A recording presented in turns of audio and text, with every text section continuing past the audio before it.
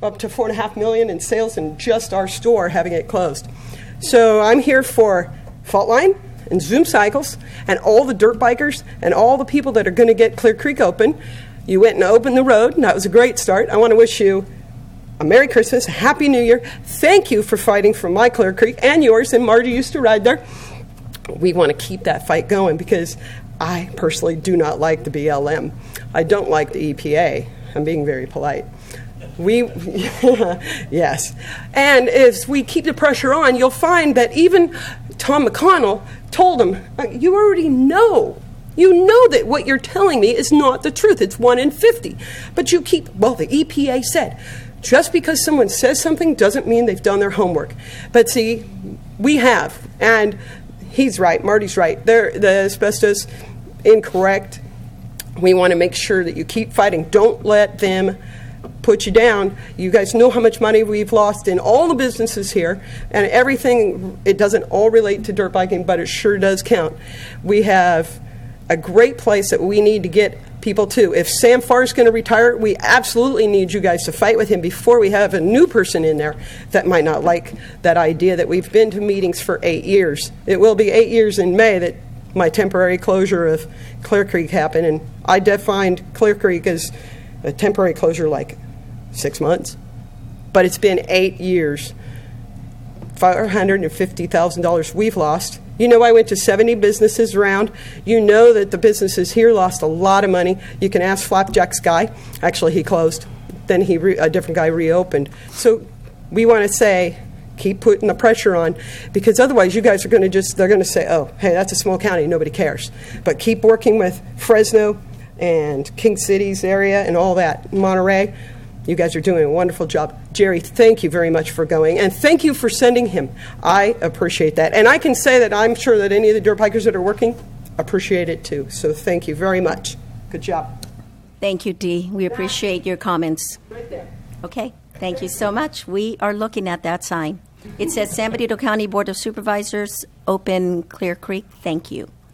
Okay, any other cards? Mr. Marty Richmond.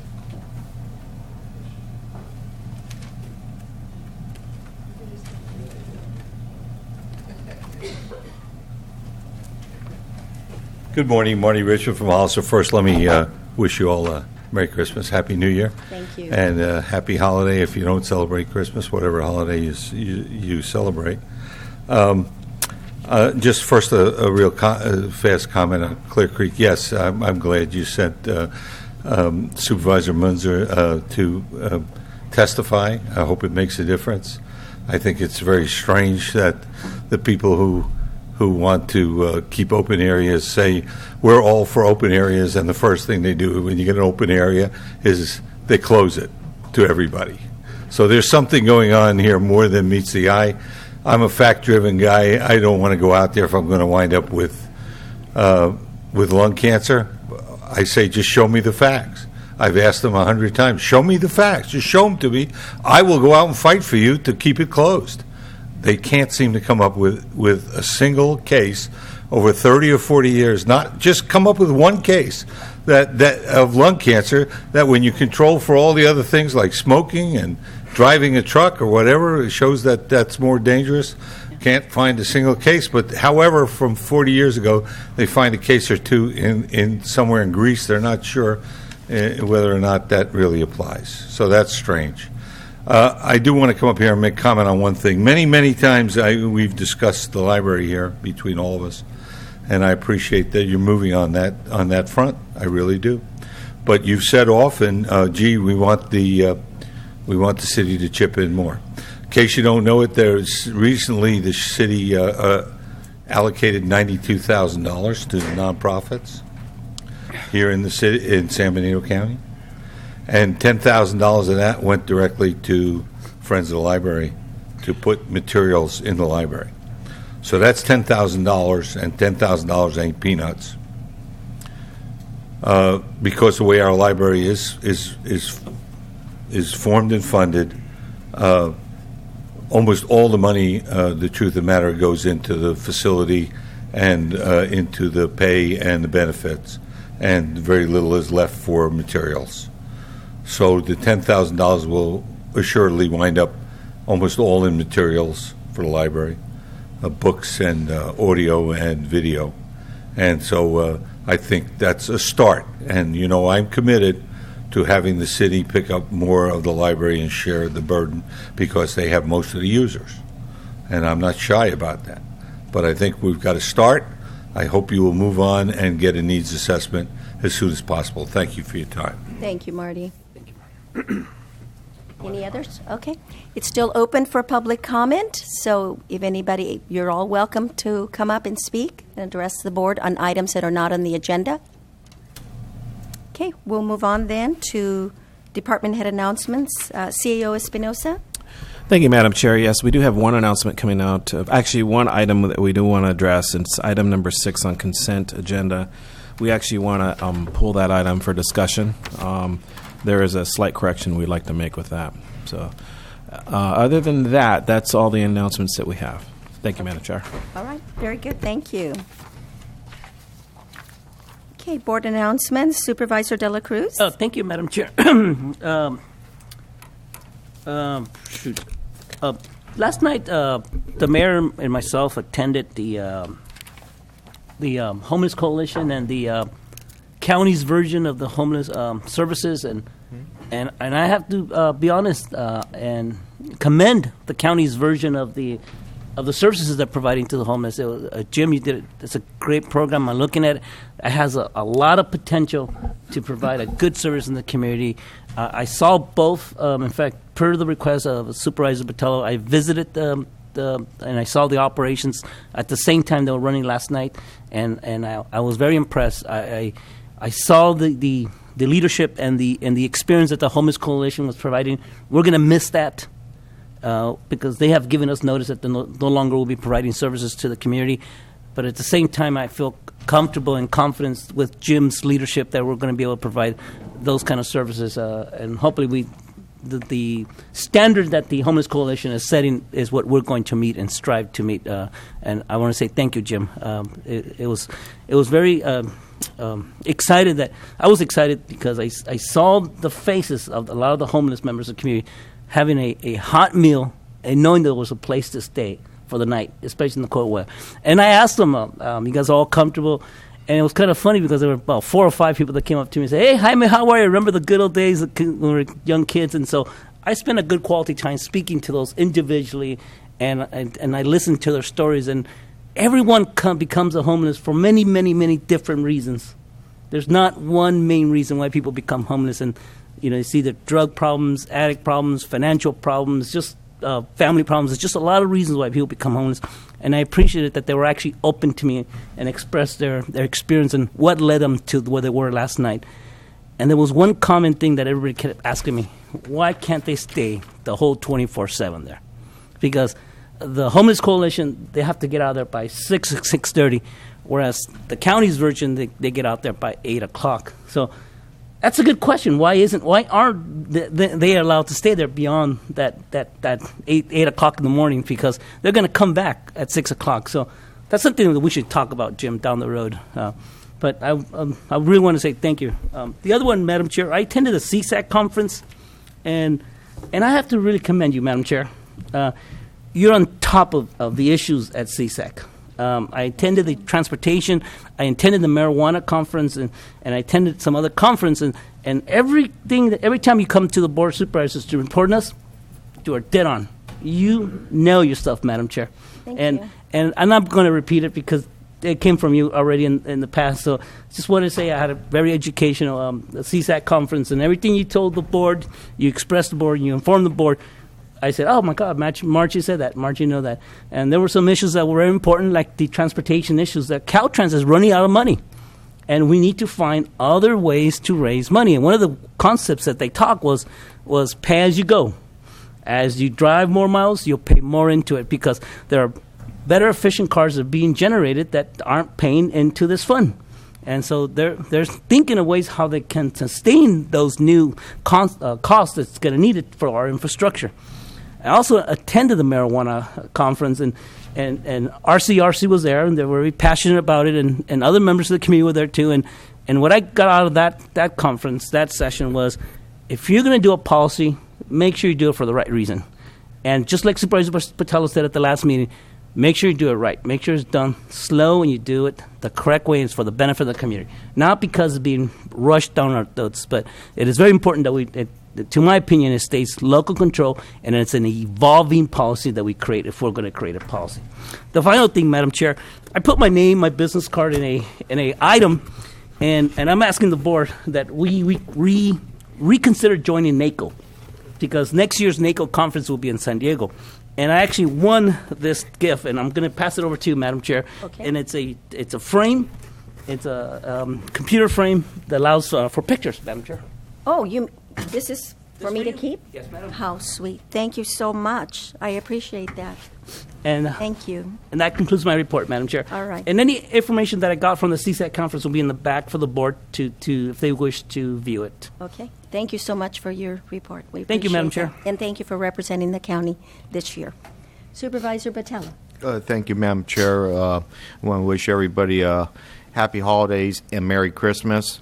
I have a few things to report this morning. On the December 3rd, I did attend the Senior Council Board of Directors meeting in Delray. Where was that?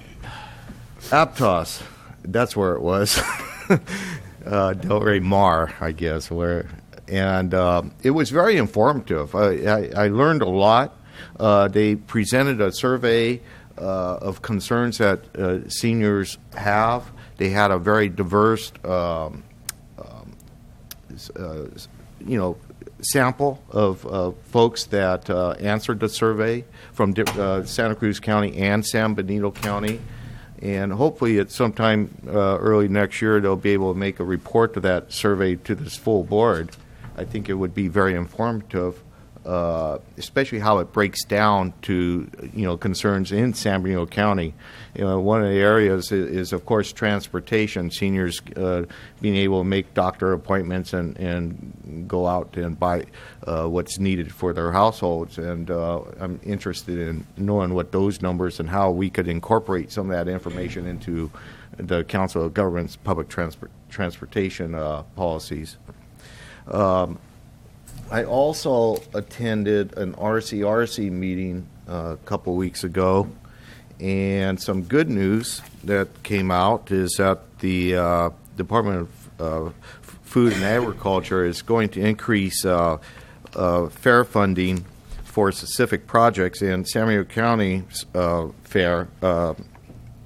county fair out on Bellotto Park is going to receive $360,000 to replace a sprinkler system and add the 100,000 gallon water capacity tank. That is great news. That is good news. Anybody who's walked out in that parking lot or the grassy fields where we, as kids, we used to play ball, and I don't think you could do anything other there than park cars there now. It's pretty rough, and it definitely needs more water, and the state is to provide funding for that to happen, which is great news. Yes, it is. And also out of the RCRC meeting, we were voted to support AB, let's see, here it is, AB 1548, which is sponsored by Assembly Member Wood, and that deals with marijuana and local control. That the state intends to tax it as far as cultivation practices, and we support it based on if it's going with amendments, and so we could, on a local level, tax it as well. That has to be spelled out in the legislation, and that's basically what AB 1548 was. I wanted to thank the public for showing up on December 9th, and we got a lot of good information. I understand Supervisor Munzer followed it very closely on live stream, or got the tape from our clerk. But we do understand that under federal, Controlled Substance Act, it is a violation of federal law to possess, use, cultivate, and distribute marijuana. We're certainly taking that into account. But, at the same rate, we do have some state laws that, generally speaking, during the Obama administration, the Department of Justice has several memorandums of activities that those that are involved in operating under their state laws and regulatory structures, the federal parameters are a little bit broadened. And it's a balancing act. It makes that all the much more harder for us to develop a local control ordinance. We're going to do that. We hope to have something back to this full board and to the public by February, as stated on the 9th. It's very important to do so. And the last item that I have is, RCRC sent a letter to our 2 federal senators, Feinstein and Boxer, as well as Congressman Farr, for their support of the FAST Act, which Supervisor De La Cruz touched on with the transportation road funding. It's a big problem, and we're going to sponsor a half-cent sales tax through COG locally to repair and address our road maintenance, and also maybe a portion for Highway 25.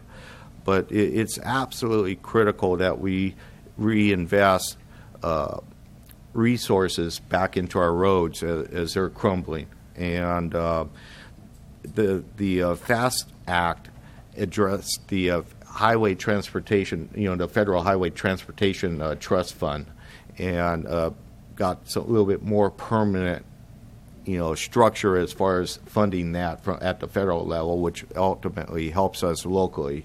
So our representatives supported that, and I think everybody recognizes the issues that we have with our roads, with state highways, and even our local transportation systems. So that's the big stuff. And I want to thank, this is your last meeting of the year, Madam Chair. It is. You did an outstanding job leading this county.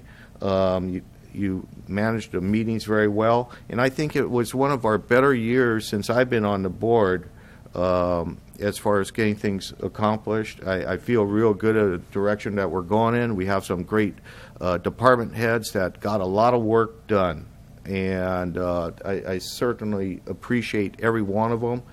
We got a couple of new department heads this year that really leaves a lot of room for San Bernardino County to be very optimistic going forward, and the foundation is set to even have a better 2016. So thank you very much, Madam Chair. Thank you for your comments. Supervisor Munzer. Thank you, Madam Chair. I, too, want to thank you for the year that in your running of the meetings, and you actually got the general plan update done. I didn't do it alone. Supervisor Patello and I failed, and you actually got it done. Thank you. I followed your lead. I also want to wish everybody a Merry Christmas, Happy New Year's, and I think it's going to be a great new 2016. So last week I did take a little trip. You did. At the invitation of the subcommittee on federal lands, I was invited to come to Washington, D.C. and testify on behalf of Congressman Sam Farr, H.R. 1838, the Clear Creek Natural Recreation Area and Conservation Act. And I want to thank our CAO, Mr. Ray Espinoza, for allowing staff to help me, Dina for setting up the travel arrangement and the hotel stay, and Sarah for crafting the testimony that I gave and the testimony, the written testimony that was sent.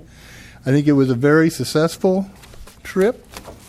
From all indication, the subcommittee early next year will, and I'm not sure what terms they use, but basically pass this bill on to the full committee, and once that happens, it should go up the rungs of the federal government and become law hopefully next year before Congressman Farr does retire.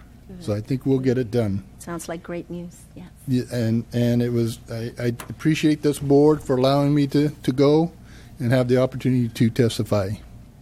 Also, I want to Thursday, the chair and I will be attending the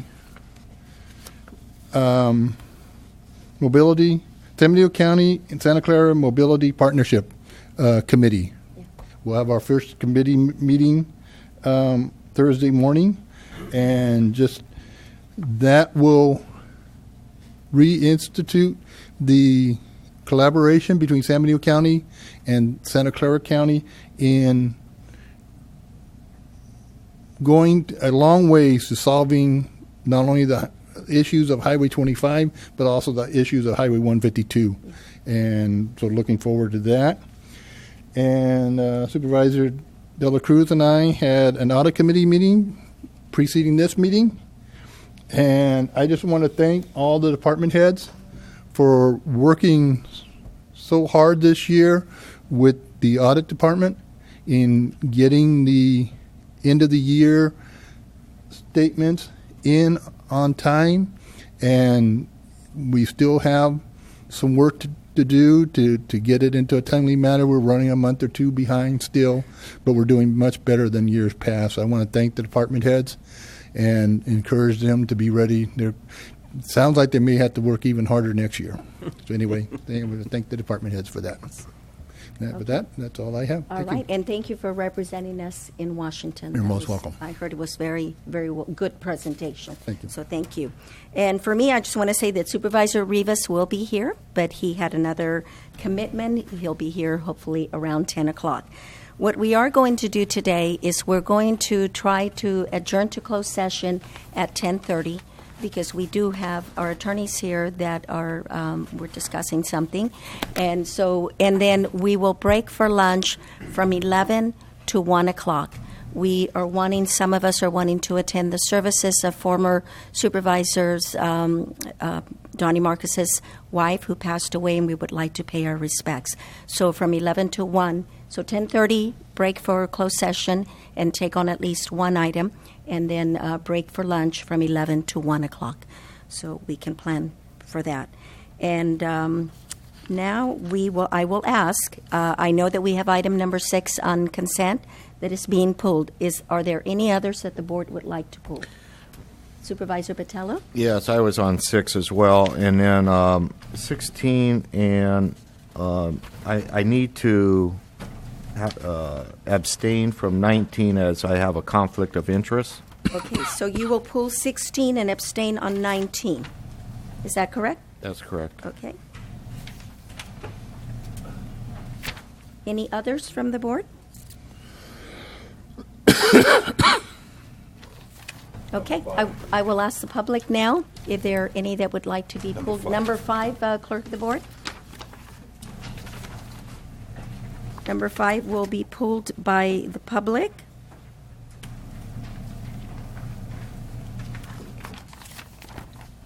Are there any others from the any others that the public would like to pull? You need to come up and give your card. Number 20. Yeah, number 20. Okay.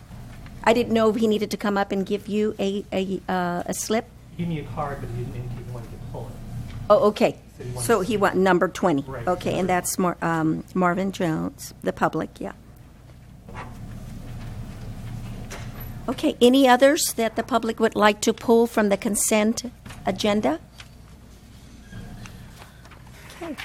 We will now, I will entertain a motion to approve consent agenda items excluding number 5, number 6, number 16, and number 19, so Supervisor Botello can have an opportunity to recuse himself, and number 20.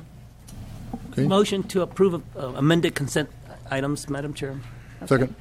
Motion and a second. Any further discussion? All those in favor? Aye. Aye. Opposed? Motion carries. Okay, item number 5, Marty.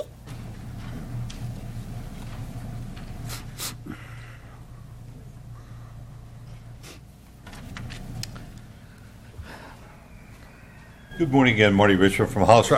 Madam Chair, I'd like to speak basically to the public through the chair, if I can, concerning hiring of managers, especially. There's been a lot of commentary on public bulletin boards and newspaper and concerning whether or not we need this person or that person, or in this case, an assistant CAO. You know, I'm not in a position to say whether we need an assistant CAO or not, and I don't think most people are. But I want the public to understand that if you don't give the board the people they want, then you can't hold them responsible for performance. That's my opinion. Basically, the reason I give, if you give somebody a job, you got to give them the responsibility to do it. You got to give them the authority to do it, and you got to give them what they need. Otherwise, they always have the excuses. Oh, if we failed, it's because you wouldn't give me what I needed to do the job. So, although I appreciate many comments from people about who should have the job and how many there should be, I just don't think, and it is public. It's important to the public to understand how many people have the job. But at the end of the year, when it's all over and done with, basically the board gets credit for the success, it gets blamed for the failures, and therefore they're responsible for who their staff is. And I honestly believe that. And when I had a managerial position, I always used to tell my boss, give me the people I want, and then you can hold me responsible if things don't work out. And so for the public's thing, I don't think, I appreciate the public's comments. Many of them written me emails and things. But I want to tell you, my opinion is somebody wants staff, you give them the staff that they want. Somebody decides who that is, you give them the people they want. And then if it works out, you give them the credit. And if it doesn't work out, they get the blame. It's a simple formula for holding folks responsible for their jobs. So thank you very much for your time. With that in mind, I'll support whatever you want to do on the staff level. Thank you, Marty. Okay, any other comments from the public regarding this item? Okay, bring it back to the board. Move per staff recommendation. Second. Motion and a second. Any further discussion? All those in favor? Aye. Aye. Opposed? Motion carries 4-0. Okay, item number 6, CAO Espinosa. Thank you, Madam Chair. Yes, we have Sarah Fontanos here to go over with your board a slight correction in the report. Sarah? Yes. So I was hoping to add to the record and for the board's knowledge, on December 16, 2014, during a board meeting, there was a transfer made of $995,500 to one of our CSAs for the Stonegate water system. It was a transfer with the understanding of it being a loan, and that does need to be recognized in Chapter 2 of our 14-15 report. I missed it. I apologize. So I would like that to be the correction to the report moving forward and made available to the public. I'll make the correction. Today, it's just made available for the public for the necessary amount of time to be brought back to the board in January. So with that correction is what I wanted to add. Okay. And if there's Sarah, any questions. Thank you. Yeah.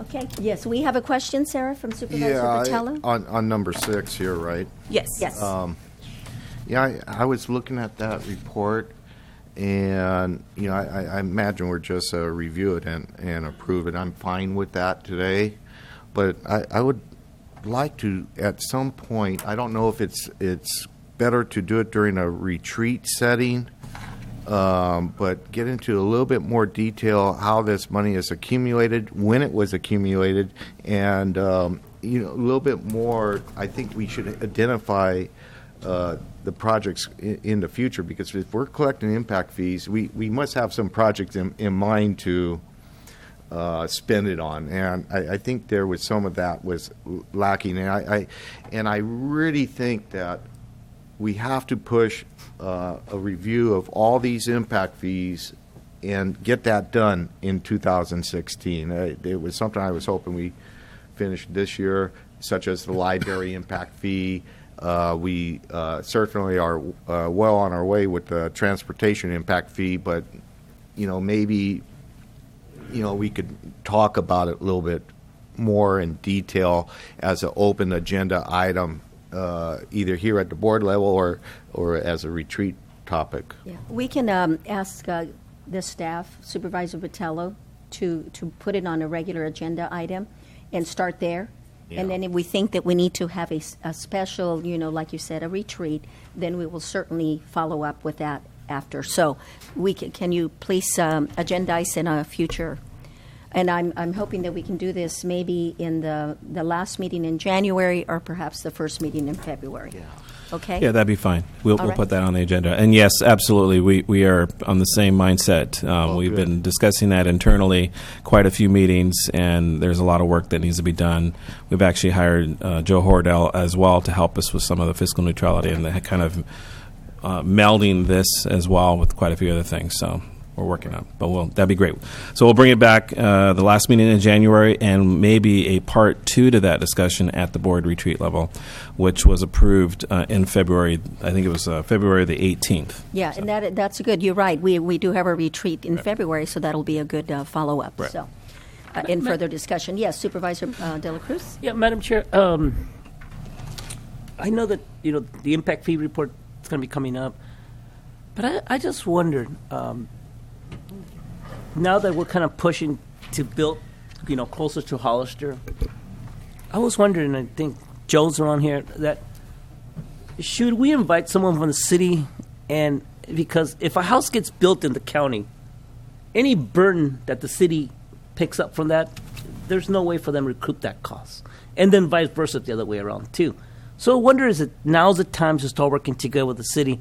So whatever a house is built in the city or in the county, for example, the library fees, Ray, that you and Sarah are working on, is it time for us to sit down and talk about what impacts or what fees are appropriately the correct ones to a house?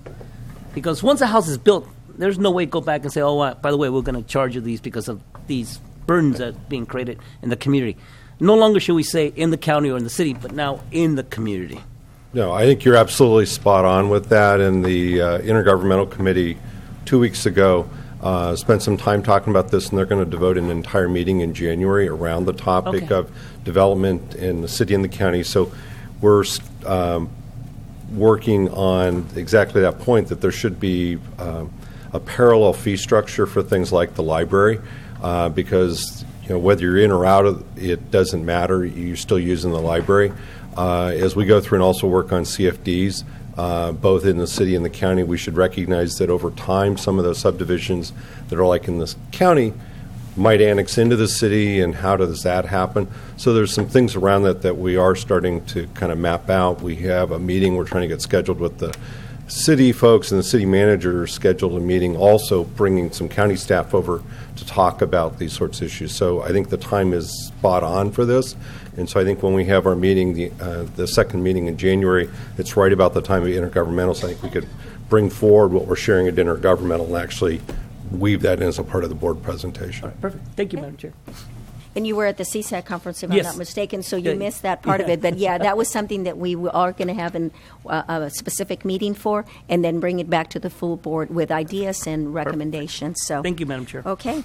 Any other comments? Any from the public on this item? Okay, I'll bring it back for a decision. I'll make a motion. Okay, there's a motion, and I will second. Any further discussion? All those in favor? Aye. Aye. Opposed? Motion carries 4-0. Okay, item number 16, Supervisor Botello. Yeah, it's not that much money, but it's the principle of the matter. I imagine reading the agenda item, the current year cost is $27,000, but that's not for this individual former employee. But, how does, one that has worked in CalPERS not understand that they were an employee of CalPERS? And then two, how do we not do a background check to know that they worked for it or not, and then someone collects a paycheck? Well, in response to your first question, I have no idea what was going through the mind of the employee when they said that they didn't work in CalPERS, but that's what they put on the application form. So I think I would know. Do we tend to put people to work before we do a background check on them, or some sort of reference check? Well, on the second item, I've had conversations with the CAO, making some recommendations on how we can streamline and better administer this particular policy. And I think that, if we continue that discussion, it will come back to the board with recommendations. And shouldn't we just deduct from the week's pay that this individual worked and let them pay the $200? I can't answer that.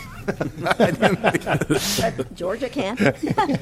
By law, as a CalPERS member, there is a required employee share, which this would be deducted from the employee's check. But there is also a required employer's share, and we don't have the ability legally to take the employer's share from the employee. Now, part of that will be fixed as we put some new hiring processes into place. This was something in, certainly the department's defense came up. They had a grant, last-minute grant. We're in a rush to get folks in. It's not uncommon for people to, especially when they're being hired for seasonal positions, to not necessarily even read the box, just check, no, I'm not working in CalPERS. They don't read the words. I mean, I can't say for this individual, but it happens enough. What we're trying to do is set a process so that departments loop back in with HR prior to bringing the person on board so that we can check that out rather than coming to you with these things after the fact. But oftentimes we don't get the paperwork until after they've worked for several days or a week, and then we're in the situation we're in. So that's sad. That's what we're trying to fix. Okay. Well, I have my suspicions about everything, I guess, and working in CalPERS, you got to read the box. If you can't read the box, why are we hiring these people? But I'll support this today. But I really think we need to make sure that we do the background checks before we and decipher out of the issues like this before we put people to work. That's why we take all that information. I agree. That's the point I wanted to make. Okay. Thanks. And Georgia, I have a follow-up question. We can hire them, but we would be limited to how much time that they can work. Is that correct? If we're hiring folks on a temporary basis, we have the limit. If they've never worked in CalPERS, we have the 1,000-hour limit. We also then, if they have worked and have contributions in CalPERS, that's the case here, right? Right. Regardless of whether we keep them under that 1,000-hour limit, we have to pay our share. They have to pay their share. And there's some other ramifications in bringing those kinds of folks on and exceeding the 1,000 hours just because we're already paying CalPERS. What we have to be careful of now as we start moving forward, there's the CalPERS issue of the 1,000 hours, but we're entering into an issue with respect to affordable health care, which will also incur liability on the part of the county. So those are things you'll be hearing more about as we move forward. Okay. Thank you, Georgia. Any other questions? No, thank you, Madam Chairman. Any comments from the public on this item? Okay, I'll bring it back for a decision. Madam Chair, if I may. Yes, please. Yeah, I just want to reiterate, administration feels the same way as Supervisor Botello.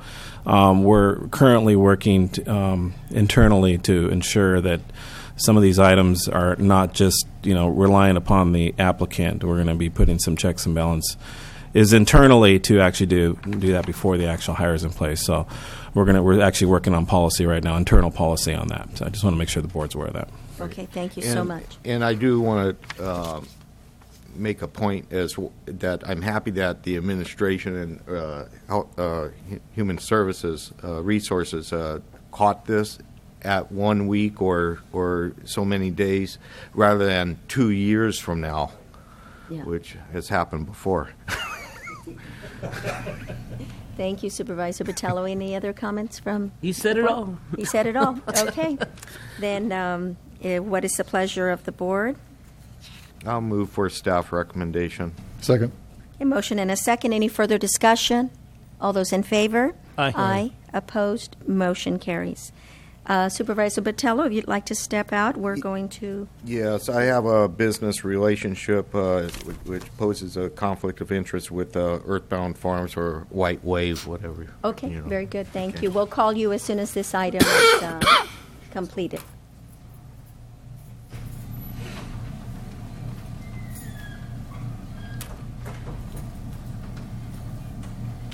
What number is this, Madam Chair? Item number 19. 19. Oh, that's why. Okay. Does it require 4/5 votes? Because if it does, it can't pass. No, it doesn't. It's okay.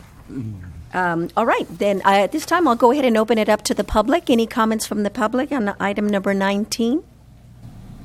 Okay. Any discussions, questions, comments from the board? Yeah. Okay. Move per staff recommendation. Second. There's a motion and a second. Any further discussion? All those in favor? Aye. Aye. Opposed? Motion carries. If you could bring Supervisor Botello back, thank you.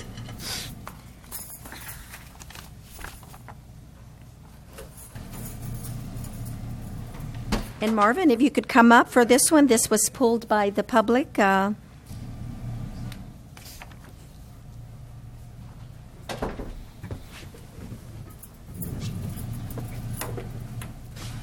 Item number 20. Thank you, ma'am. Marvin Jones from Hollister. I just noted on this one that increasing the contract from $10,000 to $360,000. Period of performance was not listed in the supporting information that was on the internet. I just wondered, what is the period of performance for this contract? Additional $350,000 added onto this. I also assumed that the $65,000 that money will be laundered into the general fund for administrative costs will be, all of this will be reimbursed by the solar project company, which means it will flow back to whoever purchases electricity. So the real question was, I guess, a period of performance, and that just wondered what it was for this particular project. Thank you, ma'am. Okay. Joe will be coming up and hopefully answering the question that you have. Thank you. The period of performance is during the duration of construction, which is anticipated about 18 months. You note in the scope of work for the consultant, they have pieces of work. A lot of it's front-loaded when all the grading work would be occurring, and then there is ongoing monitoring during the construction phase to ensure that all the conditions from the environmental impact report and development permit are implemented. So this is outside consultant help because we don't have the inside number of staff to do this work and the expertise for all of the pieces involved with this. And it is reimbursed by the PV2 solar project. Okay. Very good. Hopefully that answers the question that was asked. Any other comments from the public? Okay. No other speaker cards. Okay. Any comments or questions from the board? Madam Chair, I'll make it real quick. I know you got some.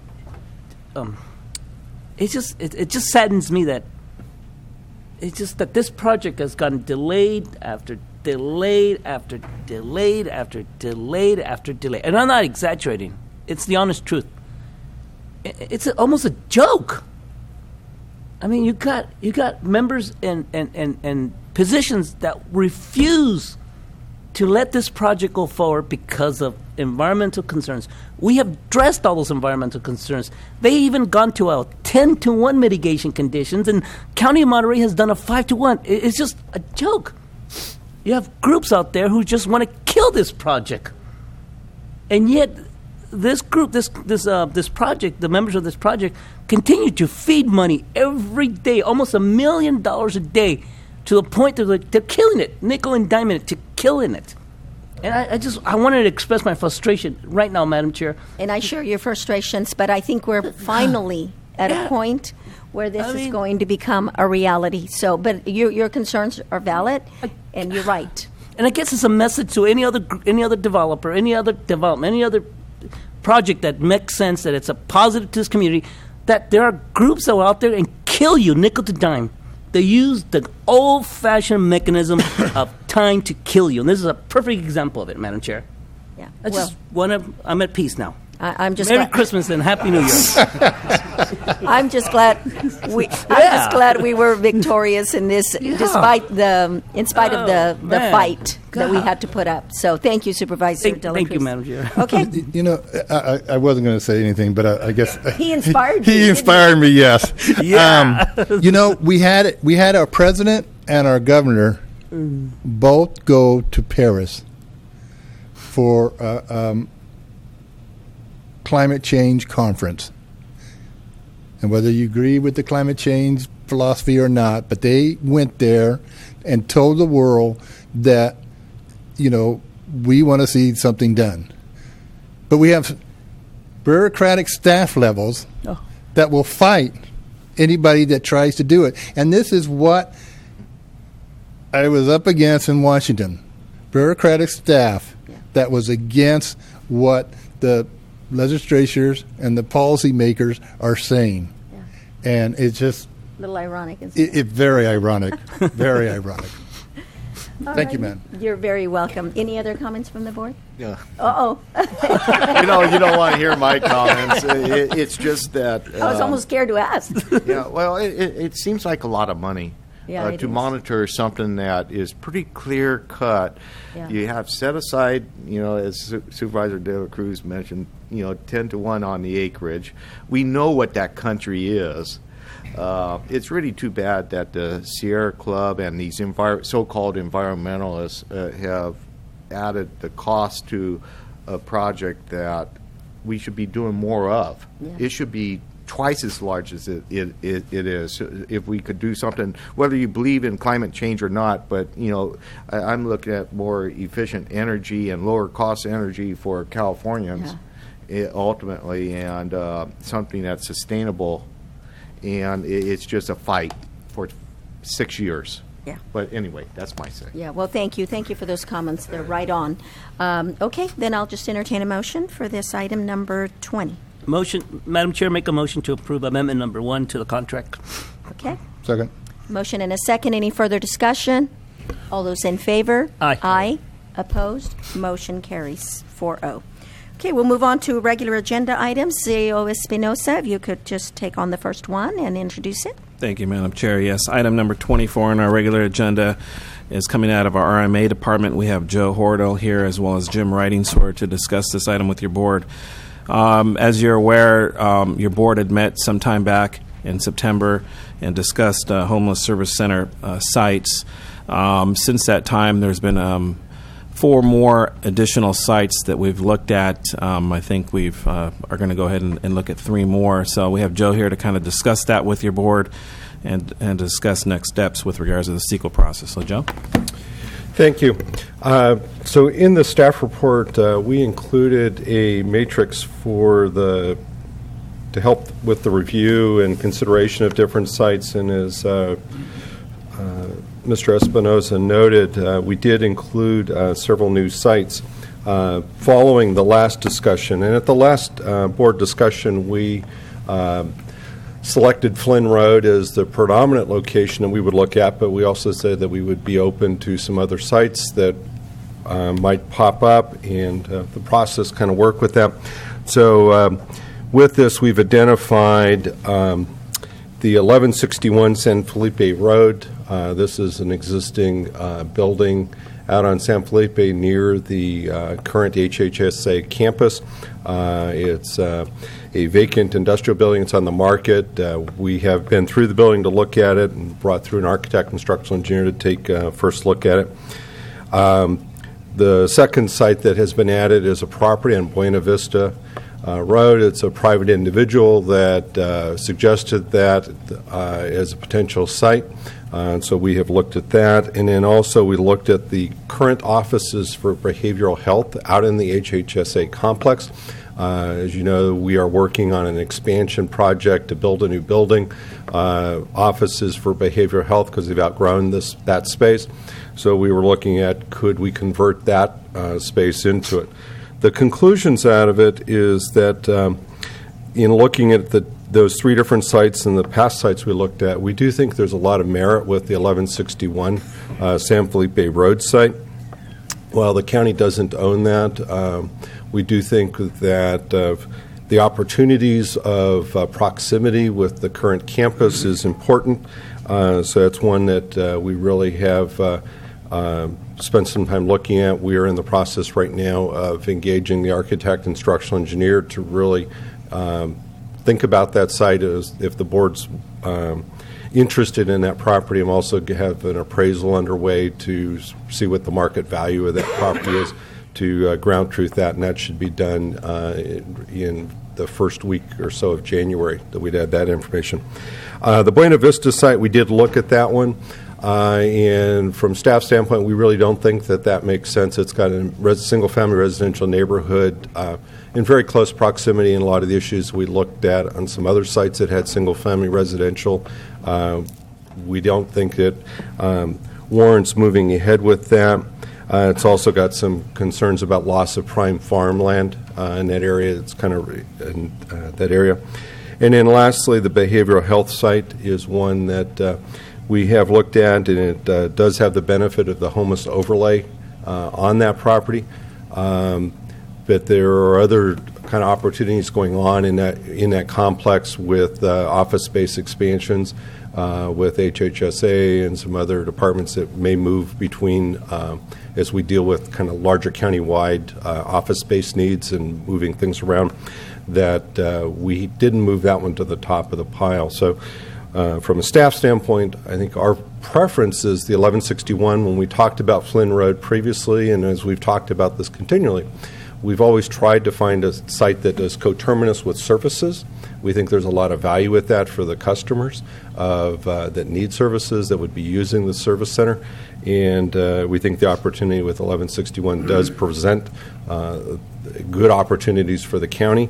The other thing that is kind of intriguing about the property is that it is a building that's larger than what we need, and so there are some opportunities that in getting a shelter up and running, we could also go through and look at some symbiotic services that could operate out of that facility that would also align with some of the goals that we're trying to do of total, a continuum of services for the users of the shelter, that we think that's part of the foundation of getting them back into permanent housing and kind of back in, back with jobs and employment skills.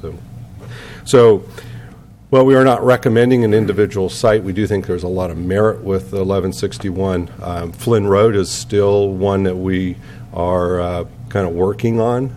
We've slowed down a little bit as we were kind of assessing the sites again.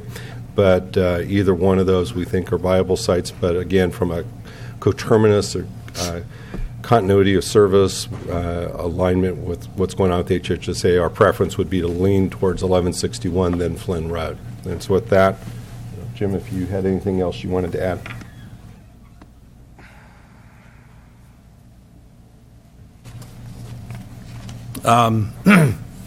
Everything that Joe said.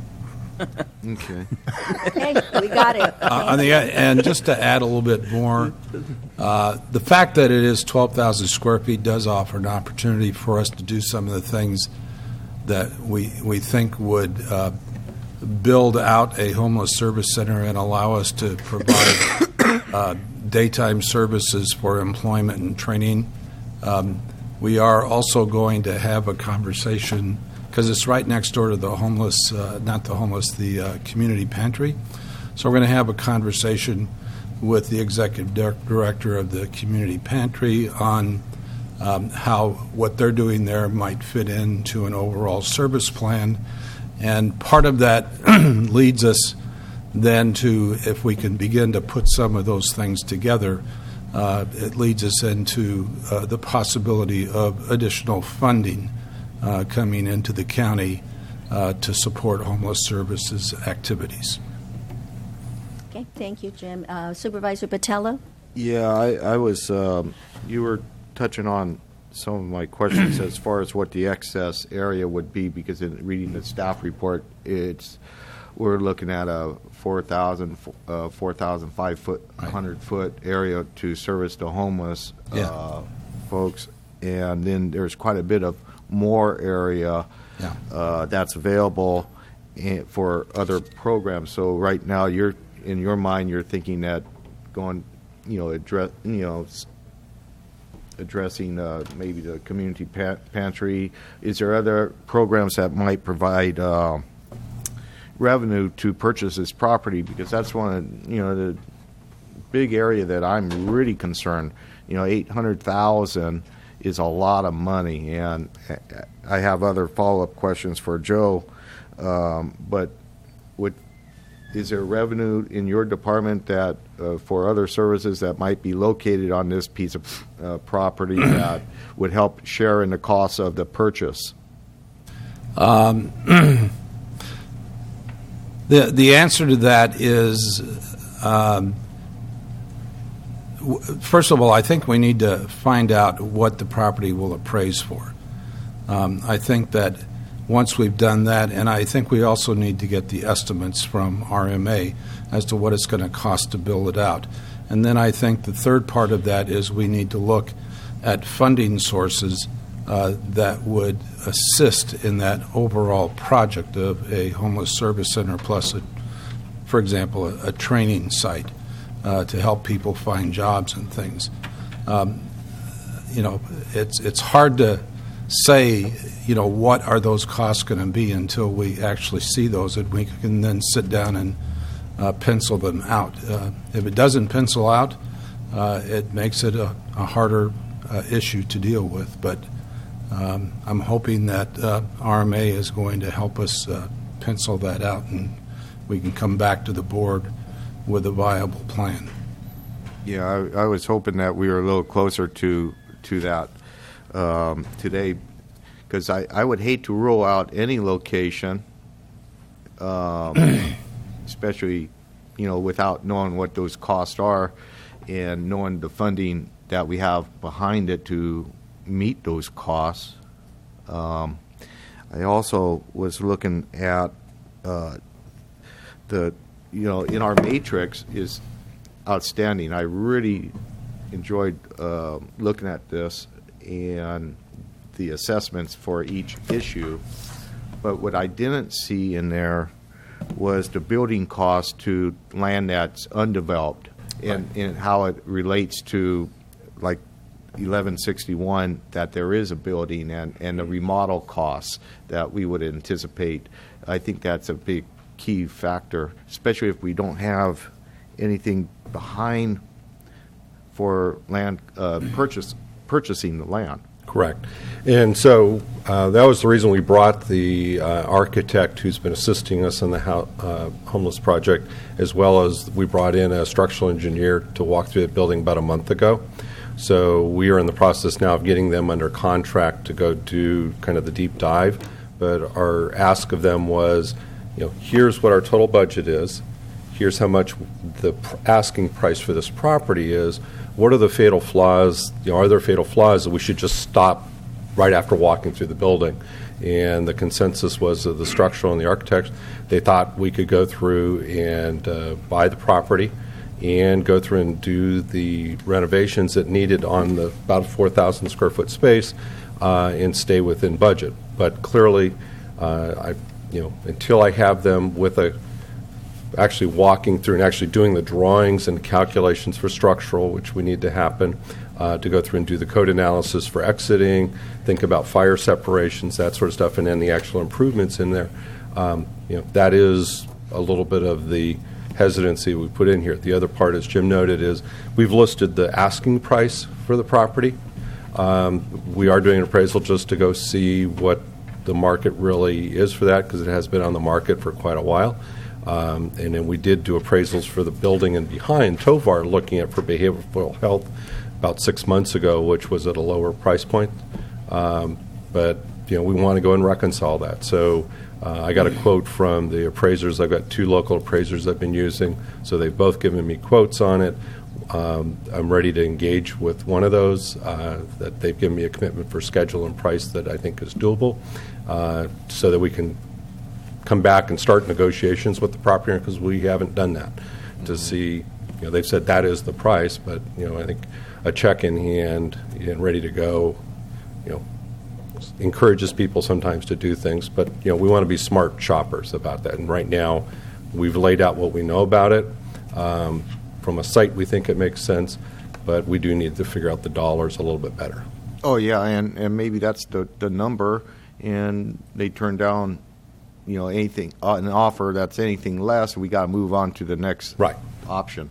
Yeah. Thank you.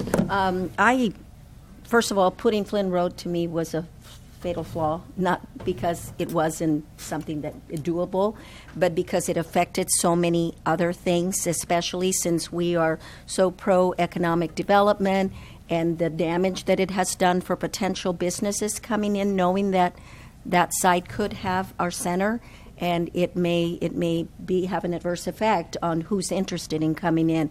So I want to ask the question, be real blunt about, we didn't have a lot of choices before. We have more choices. I appreciate that you have done that. We have been offered other properties. At what point can we remove Flynn Road so that we can continue to have people look at us for economic development?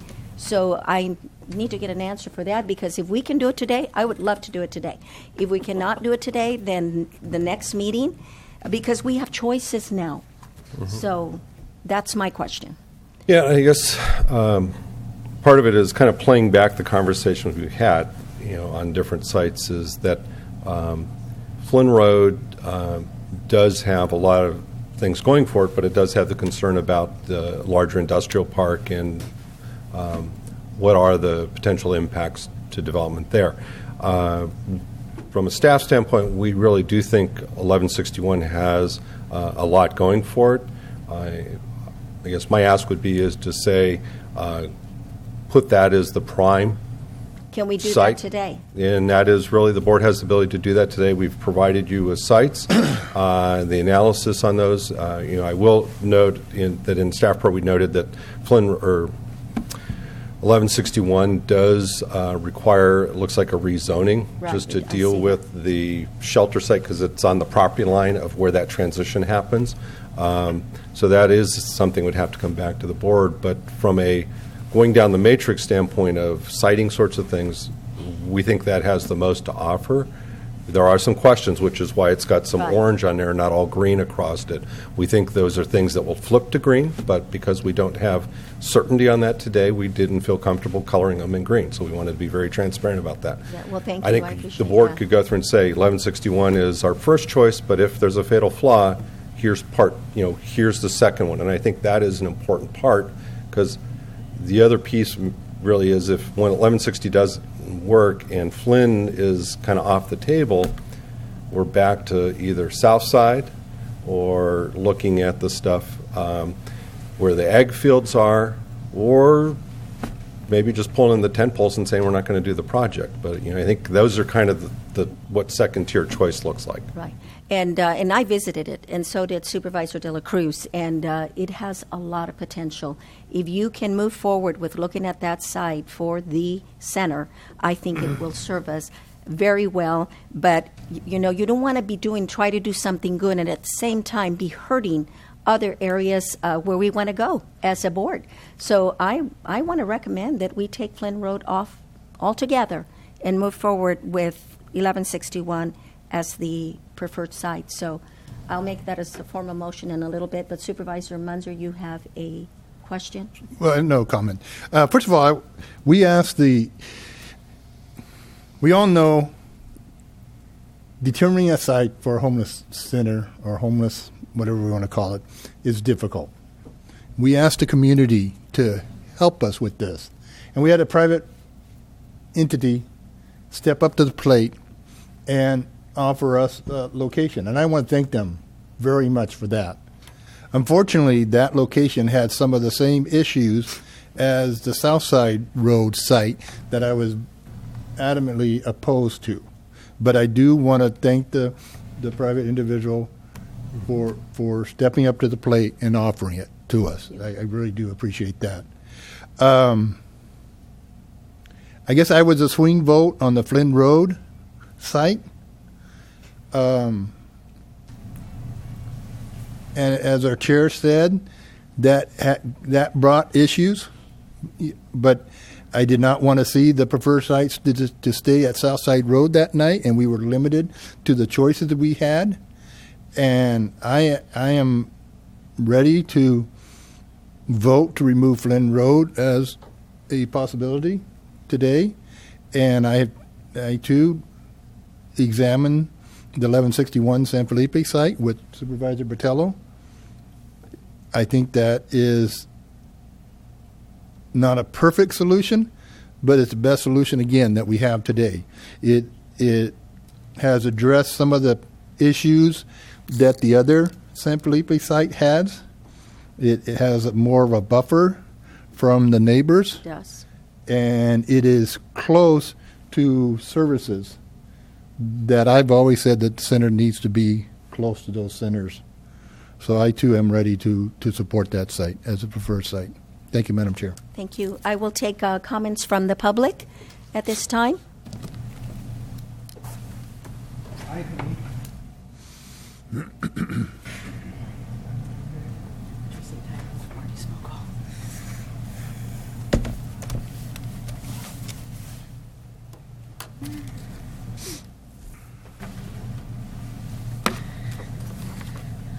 Good morning, Madam Chairman, members of the Board of Supervisors. Christina Chavez-White, Executive Director of the San Benito County Business Council, President of Farmhouse Communications, and member of the County Homeless Services Committee since August. I think it's important that we revisit comments and the letter provided you by Mr. Mike Corbin on November 3rd on behalf of more than 25 major employers, more than 60 of their employees, investors, farmers, investors in the 5 business parks in the airport region, and members of the Hollister Airport Commission requesting removal of the county compound site at Flynn Road from your Homeless Service Center siting analysis for many reasons, and to offer their support to be a part of the solution. Mr. Corbin personally has had a family member that has struggled with homelessness for decades. There is heightened interest in properties located in the airport region, evident in website hits, higher call volumes from the Silicon Valley and areas like Mountain View, likely as a result of thousands of our local tax dollars invested by the City of Hollister and area investors to promote the airport region for investment at a recent National Business Aviation Convention in Las Vegas, inclusive of a trade show display and support of 5 staff members, a new website, and advertising efforts. The Flynn Road site cannot be marketed as long as it's under active evaluation, as it must be disclosed in all real estate marketing and discussions. Even the mention of its consideration for Homeless Services Center has unfortunately ended more than 3 discussions with prospective investors. I think it also important to go back to correspondence with county staff following an August 3rd Homeless Services Planning Committee meeting where we discussed major concerns with Flynn Road. That we've been doing similar calculus on the siting of the center and how not to chew up valuable employment lands for potential controversial uses that make it more difficult to attract highly needed job projects. I think the county needs to be very deliberate about what we want to attract in the way of industries and jobs and align our collective efforts around that goal.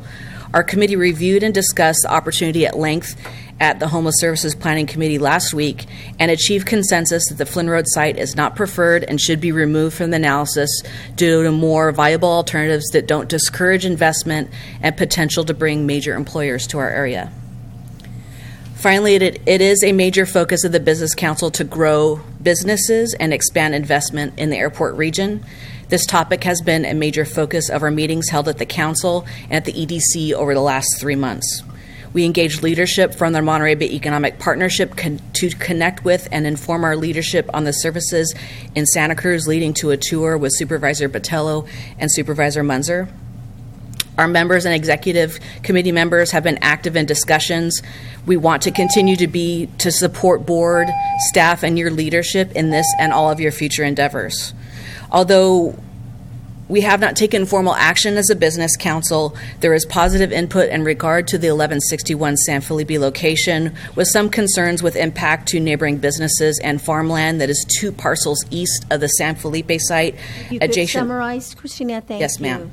Adjacent to the HSA parking lot that is slated for high-end R&D farming of berries.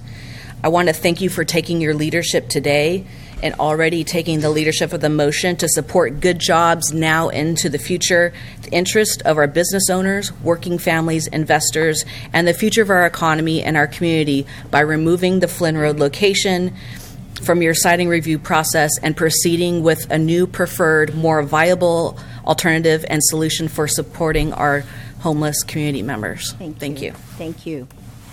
Any other comments? Marty?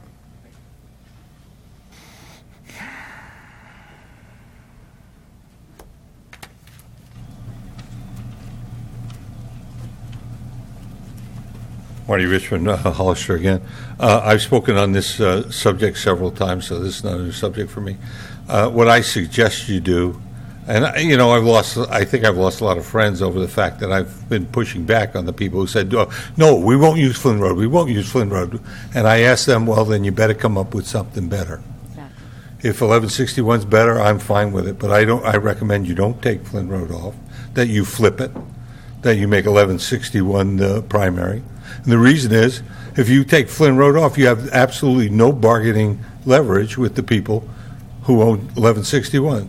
Their attitude is going to be, well, if you don't take ours, you got nothing. So therefore, we want X amount of dollars for it. That's the first thing. So you have to have a backup, or you got to give up on the grant. You don't have any choice. If we have no backup, it's 1161 or nothing. So I recommend you flip it, number one, which is effectively the same as taking it off. You're going to find out if 1161 works. Number two is I like a bigger place, because the problem is not going to get smaller. The problem is going to get bigger. I hate to tell you that, but that's the truth.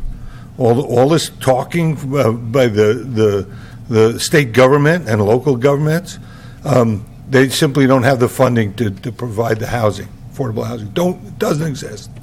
Another thing is we can always use the extra space in case we have a local disaster. We live in an earthquake area. Everybody knows that. Even if we have a local quake, we may have a lot of people all of a sudden find out they're homeless overnight. And nobody wants to think about that. But, the first thing you need is somewhere to stay for 3 or 4 days. That's all, to get your feet on the ground. And having extra square footage means a lot, which means you might be able to get some money from your emergency services programs through a grant as part of that building to be designated for emergency at this time emergency use. The second thing is all the business interests, and I understand their personal interests. Everybody has them. I got mine. All the business interests that have said no, don't put it next to me. No, absolutely not, because it might cost me $1. I'm sure they'll all be glad to chip in and help you pay for 1161 for the extra money. The other way to fund it is to do a swap. If we have land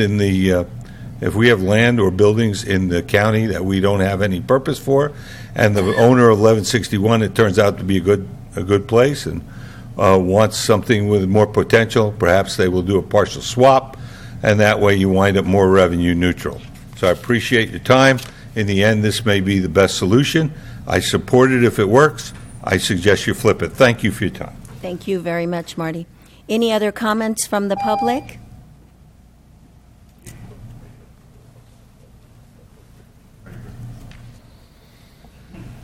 Good morning, Madam Chair, members of the board. You may recognize me speaking from the public. I do. I just wanted to thank you for your diligence and your effort to continue to strive to find the best possible location for this center. Certainly the center has significant value to our community, and there is no ideal solution, but I appreciate your tenacity in continuing to pursue the most ideal location I'd also like to thank members of the staff that have been working with the county and members of the community that have been working with the county to collectively put our best foot forward and find as close to ideal as we can for this project. Thank you. Thank you. And you do look familiar. Yes. Okay. Any other comments from the public? Okay, I'll bring it back to the board. I'm going to go ahead. Oh, go ahead, Supervisor Botello. Yeah, well, one of the things that concerns me is I was out there on a tour of the location, I don't know, about a month and a half ago, and we had a number of staff people there, and the realtor was there, and talking to her, it sounded like a pretty doggone firm price, but we, of course, have to go through the appraisal process from our perspective, not to be overpaying. I completely support that and understand that. But we also, I suggested to staff to get this thing done and come up with the number that we could work with, and the property owner, give us a little time. I said at the time, if we recall, I was hoping to do this within 3 months, have an answer back. I don't know if that's be possible. From the testimony I've had. As soon as I have a contract, we'll have it off and running.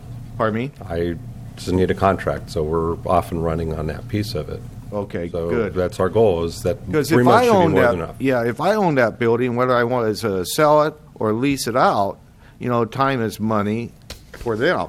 And I think even from our perspective, we've gone over this for over a year now. It's time to make a decision and stick with the damn decision. Yeah.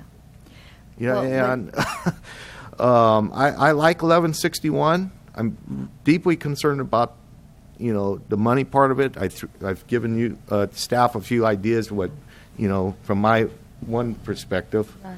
and I think it could work. And I'll support, Madam Chair, your position. And as well as, we probably should pick another location if this doesn't pan out. And I really, truly expect the business community to step forward and help us with this problem, because it's a deal killer, in my book, the cost of the property. Yeah. Okay. Any other comments from the board? Okay.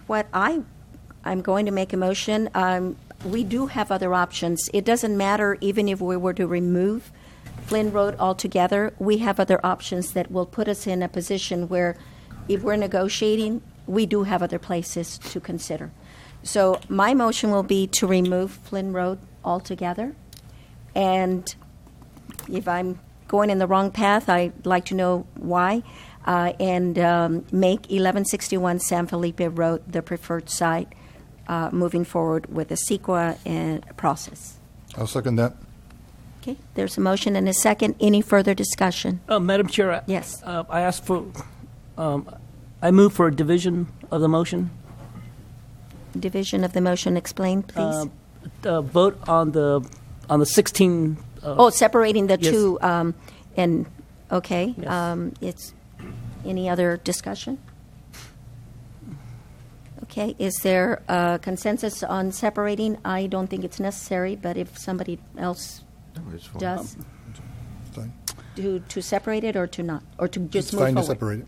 It's fine to separate it. You're okay, and you are too. So there's a consensus to separate it. So then I will restate my motion then. Okay. And the first motion will be then to remove Flynn Road. as No, it's Make- Madam make Chair, it the other way around. the other way around? Okay, I can do that. The first motion is to make 1161 San Felipe Road the preferred site to move forward for the center. Correct.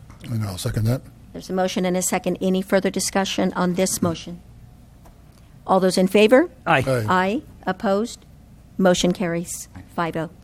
Okay, my second motion is to remove Flynn Road altogether as consideration for the center, with the idea that it could create problems for us in attracting economic development. Okay. So that's a motion. and I'll second that. Question, Madam Chair. Okay. There's a motion and a second, so we will now open it for discussion. And that's the reason why I asked for a division, so I can. Okay. I'm okay with the first one, just the second one. Okay. Will we be handicapping ourselves by not allowing Flynn Road to remain there once we start negotiating with the first preferred site now? Well, the reason that I don't think so, but I will ask council and perhaps our CAO and Jim, is that we do have 8 other sites that we can consider that even if we chose one of the other sites, they are not as bad as Flynn Road. I think Flynn Road is really damaging for attracting business to San Benito County. I mean, I guess before we get our council to answer that, because it's more of a subjective position that the council's going to give us on that one. I kind of agree with what Marty says, that you really don't want to show all your cards in a poker game, and I think we're about to do that.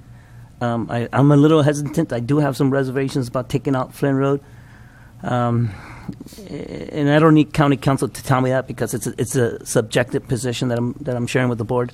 Okay, all right, Madam Chair. That's the reason why I just wanted to express my reservations about it. Yeah. And if there's comments from our, no, okay. Supervisor Botello?